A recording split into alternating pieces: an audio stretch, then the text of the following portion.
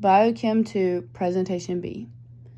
A presentation on the article, Metabolic Epigenetic Nexus in Type 2 Diabetes Mellitus, by Natalie Thompson. First off, what is diabetes mellitus? Diabetes mellitus comes from the Latin word mellitus, which means sweet or sweet like honey. Diabetes mellitus is a chronic disease that causes high blood sugar levels. This can happen two ways. The first is type 1 diabetes mellitus, or T1DM, where the body produces little or no insulin. T1DM is a deficiency of the hormone insulin and is mainly seen to be caused by environmental factors and genetics. The second is type 2 diabetes mellitus, T2DM, where the body may produce insulin, but its cells are insulin resistant and don't respond to stimulation. How is glucose regulated and where does it come from? Insulin moves glucose from the bloodstream to other cells within the body, such as liver, adipose, and muscle tissue cells. Glucose uptake that is stimulated by the hormone insulin is regulated by binding insulin to a receptor protein, which causes the receptor to change its conformation. As you can see in the figure, by moving glucose transporters, also known as GLUT4 proteins, from within the cell to inside the plasma membrane of the cell, glucose can not only be supplied to cells, but it can also be stored for later use. More about type 2 diabetes mellitus. The amount of people affected by type 2 diabetes mellitus, or T2DM, has continued to increase over time. Type 2 diabetes mellitus is a metabolic disease that is caused by a deficiency in insulin secretion from pancreatic beta cells, which leads to insulin resistance and dysregulation of blood glucose levels. This insulin resistance prevents the uptake of glucose within the cells and leads to a chronic state of hyperglycemia. Hyperglycemia, which occurs when someone's blood sugar levels are too high, can be seen to go hand in hand with T2DM. T2DM is also associated with obesity and BMI, otherwise known as body mass index, which can be a good predictor of T2DM. A hypothesis came about that a signal originates in adipose tissue that influences the brain center that controls eating behavior and metabolic activity. As you can see in the figure on the right, when the mass of adipose tissues increases, leptin is released and causes an inhibitory response to eating and stimulates the oxidation of fatty acids. Even though there isn't a figure for me to show you, I'm sure you can imagine how this process would work if and when the mass of adipose tissue decreases. Leptin production is stopped and the urge to eat comes back along with less fatty acid oxidation. Causes. There are many factors that have been seen to cause a defect in pancreatic insulin secretion, some being that beta cells are just smaller, beta cell apoptosis or cell death occurs, not enough beta cells available, change in beta cell phenotype, and lastly, deterioration of beta cells. All of these factors can cause a decline in the function of pancreatic beta cells, which then leads to reduced insulin secretion and hyperglycemia. The exact cause of insulin resistance isn't clear, but many things such as oxidative stress, inflammation, stress on the endoplasmic reticulum, and dysfunctional mitochondria have been seen to play a role.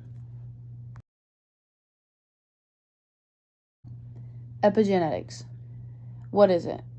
Epigenetics is the study of how the environment and behaviors can affect gene function.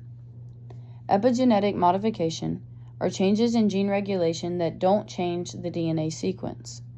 These types of changes can be passed down through family members. The two main types of epigenetic regulation are histone modifications and DNA methylation. Histone modifications can affect how tightly DNA is packed and can influence gene expression by altering the accessibility of DNA to transcription factors. DNA methylation adds a methyl group to the cytosine base in DNA, which can cause gene expression to stop. These epigenetic changes can be influenced by factors like diet, exercise, alcohol, and stress, which can affect gene expression. In the figure on the right, you can see how factors such as environment, genetics, and T2DM all play a role in epigenetics.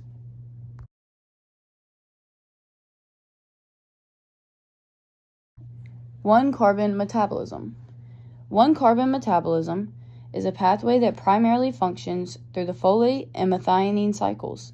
You can see this in the figure on the bottom right.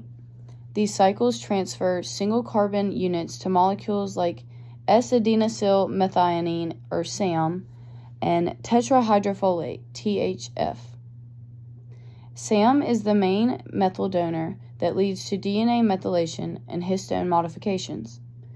SAM is synthesized from methionine and ATP and is more reactive than THF, which is why it is a more efficient methyl donor.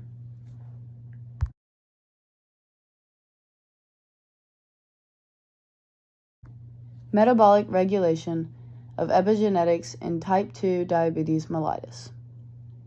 Metabolism influences epigenetics along with metabolic changes and can affect gene expression, cell growth, and DNA processes. In type 2 diabetes mellitus, hyperglycemia can lead to epigenetic changes that contribute to disease progression. Research suggests that chronic hyperglycemia can create permanent epigenetic changes. In a phenomenon known as metabolic memory, these changes have been seen to contribute to the progression of diabetic complications, even when blood sugar levels are being controlled well. Studies have shown that DNA methylation plays a key role in driving T2DM by causing errors in gene expression, which leads to beta cell dysfunction and impaired insulin and glucagon secretion. Abnormal DNA methylation patterns have been observed in tissues like adipose, skeletal muscle, and liver. Histone modifications have also been linked to insulin resistance and glucose homeostasis. One of the main functions of the TCA cycle is to produce acetyl-CoA.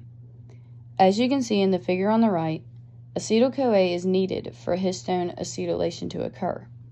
This is why the TCA cycle is important for these histone modifications.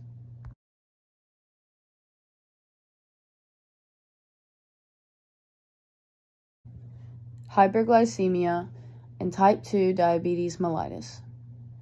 T2DM is usually associated with oxidative stress and results in an accumulation of reactive oxygen species, otherwise known as ROS.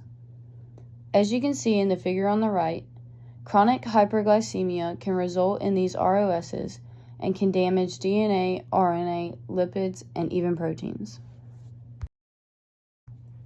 Mitochondria are major sources of ROS, usually through the electron transport chain and other enzymes. An excess in ROS is linked to the development and complications of T2DM. Two examples of these complications include neuropathy and cardiovascular disease. Antioxidants can neutralize ROSs, but in T2DM, the body's antioxidant capacity is depleted. This worsens the oxidative stress and impairs glucose control. As you can see on the figure, ascorbic acid supplementation has shown to improve glycemic control in T2DM. Lastly, questions. My first question is, what is epigenetics and what are the two main types of epigenetic regulation that were discussed? And my second question is, explain why S-adenosyl methionine, SAM, is a better methyl group than tetrahydrofolate or THF. Thank you so much for watching.